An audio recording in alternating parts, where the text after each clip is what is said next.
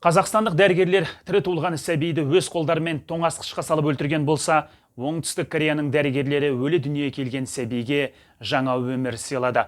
Оңтүстік Кореяда жаңа дүниеге келген сәбиде тіршілік белгілері анықталған жоқ. 2021 жылы 17 қыркүйекте Оңтүстік Кореяның Сеул қаласында жолда келе жатқан жүкті әйелдің бірден толғағы басталып, ауруханаға жетпестен Сеул қаласында көлік ішінде босанады. 여보는 괜찮지? 여보 숨 쉬어. 괜찮아. 소리 잘 돼. 이거 이제 특종을 자를게요, 선생님. Жол бойында дүние есігін ашқан сәбиде тіршілік белгілері анықталмаған.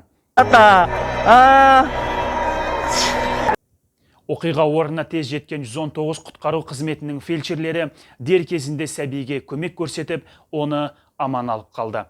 Қазіргі таңда ана мен баланың денсаулығы жақсы екендігі айтылуда. Болған оқиға 119 құтқару қызметінің бейнебақылау камерасына түсірілген.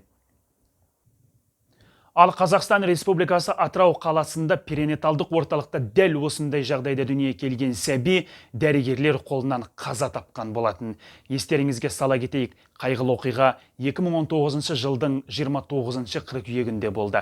Сол күні Атыраудың перинаталдық орталығында дүниеге келген сәбиде тіршілік белгілері анықталмағандықтан, оны өлі туған ретінде жазып, құжат дайындап қойған.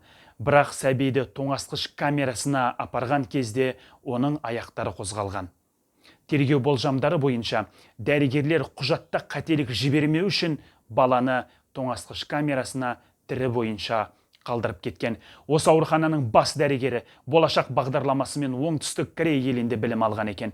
Кәріс жерінде алған білімін Қазақстанда ақшаға айырбастаған дәрігер қазіргі таңда заң алдында жазаланып жатыр.